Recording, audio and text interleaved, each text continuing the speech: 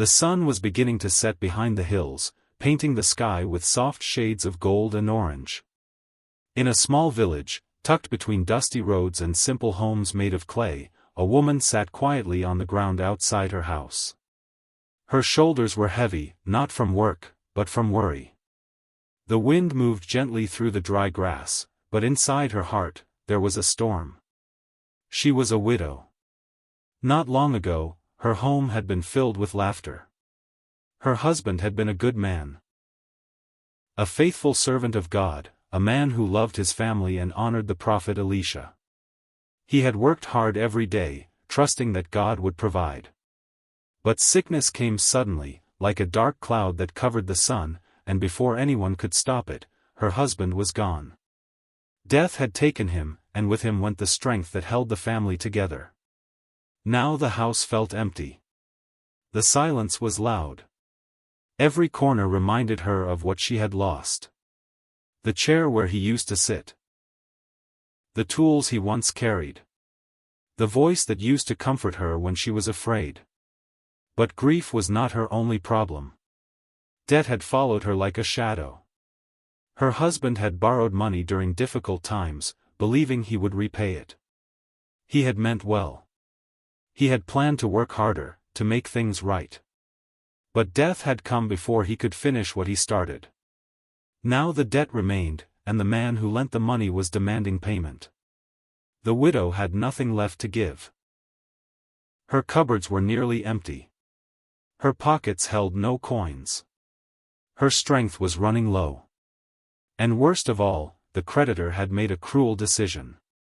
"If you cannot pay," he had said, his voice cold and hard, "I will take your 2 sons as slaves." Those words echoed in her mind again and again. Her sons. They were her last treasure. Her last comfort. The only pieces of her husband still alive in the world. She could not imagine life without them. The thought of strangers taking them away, of watching them disappear down the road, broke her heart into pieces. That evening, as darkness slowly covered the land, tears filled her eyes. She pressed her hands together and whispered a prayer. "God, help me." The next morning, she made a decision. There was only one person she could turn to, the prophet Elisha, the man of God her husband had respected. She wrapped her shawl tightly around her shoulders, called her sons, and began walking down the dusty road toward the place where Elisha was staying. Each step felt heavy, but hope pushed her forward. When she finally reached him, she fell to her knees. Her voice trembled as she spoke. "My husband is dead," she cried. "You know he served the Lord faithfully. But now the creditor is coming to take my 2 sons as slaves because I cannot pay what we owe." Her words poured out like water from a broken jar. Fear, sadness, and desperation filled every sentence. Elisha looked at her with kind eyes. He did not rush her. He did not turn her away. He listened. Then he asked a simple question. "What do you have in your house?" The widow blinked in surprise. Of all the things he could have asked, that question felt strange. She had come expecting money, or a miracle that would suddenly erase her debt. Instead, he wanted to know what she already had. She lowered her head and answered honestly. "Nothing at all," she said softly. Then she paused, thinking carefully. "Well, there is one small thing. A jar of oil." It was not much. Just a small container of cooking oil sitting in the corner of her kitchen. It was the last thing left in her home, the final reminder that she had once been able to provide for her family. But to her, it felt useless. Elisha nodded slowly, as if her answer was exactly what he needed to hear. "Go," he said gently. "Borrow empty jars from all your neighbors. Do not ask for just a few, ask for many. Then go into your house with your sons and close the door. Pour oil into every jar, and set the full ones aside." The widow listened carefully. His instructions sounded unusual, even impossible. How could one small jar of oil fill many containers? It did not make sense. But something in Elisha's voice carried authority and peace. So she chose to trust.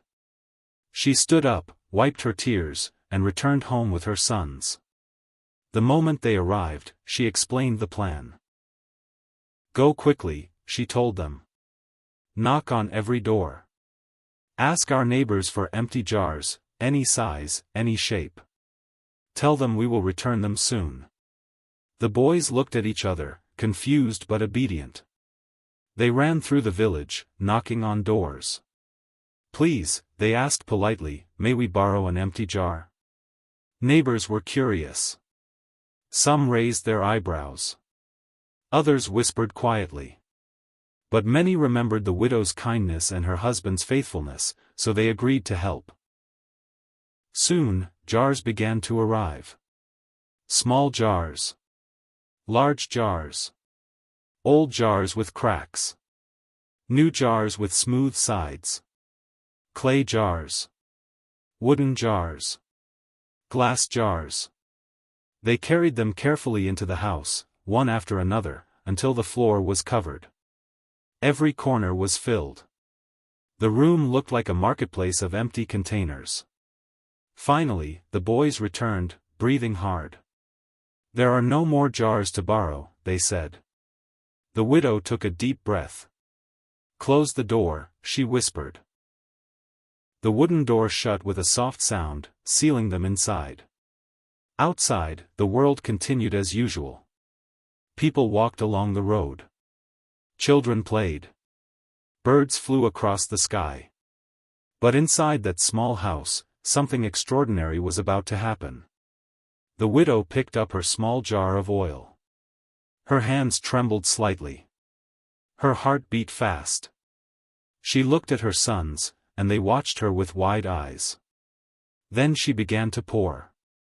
A thin stream of oil flowed into the first empty jar.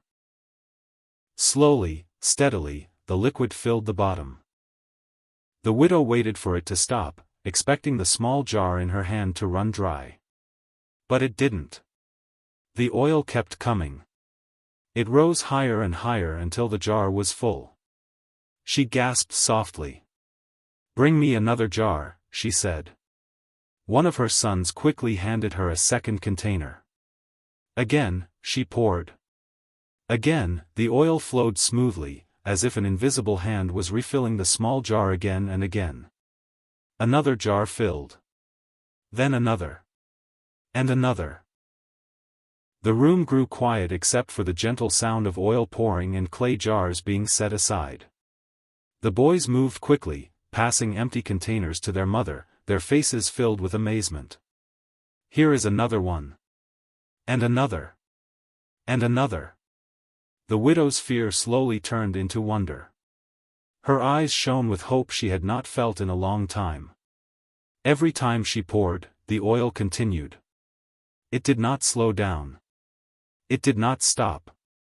It was as if heaven itself had opened a secret supply. Jar after jar became full. The empty space in the room began to disappear, replaced by rows of shining containers filled with golden oil. The air carried a rich, warm scent. The widow's hands moved faster now, her confidence growing with every moment. Finally, she asked again. "Bring me another jar." One of her sons looked around the room. His voice came out softly. "There is not another jar left." The moment those words were spoken, the oil stopped flowing. Silence filled the house. The widow looked down at the small jar in her hand. It was still there, but now it was empty. The miracle had ended, not because God had run out of power, but because there was no more room to receive the blessing. Tears filled her eyes, but this time they were not tears of fear. They were tears of gratitude. She hurried back to find Elisha, her heart pounding with excitement. "The oil has stopped," she told him, her voice trembling. "Every jar is full." Elisha smiled gently. "Go," he said. "Sell the oil and pay your debt. Then you and your sons can live on what is left." Those words felt like sunlight breaking through dark clouds.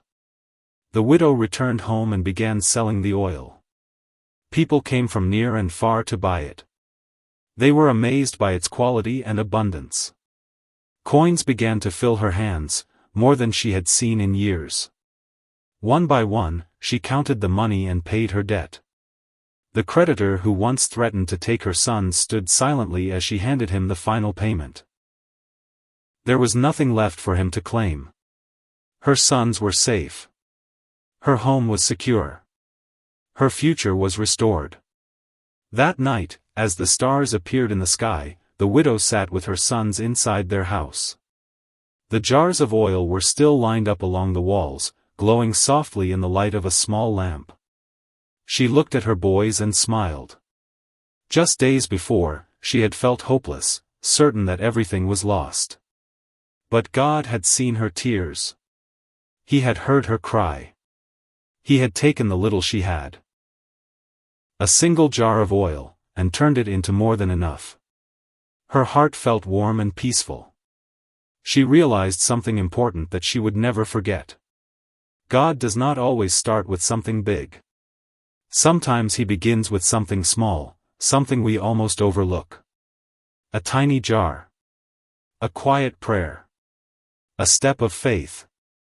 And when we trust Him, even when we do not understand, He can multiply our little into abundance. The wind moved gently outside, carrying the cool air of evening. The village grew quiet as families settled into their homes. But inside that small house, hope had returned. The widow closed her eyes and whispered softly into the night. "Thank you, God." And in that moment, surrounded by her sons and the evidence of a miracle, she knew deep in her heart that she was no longer alone.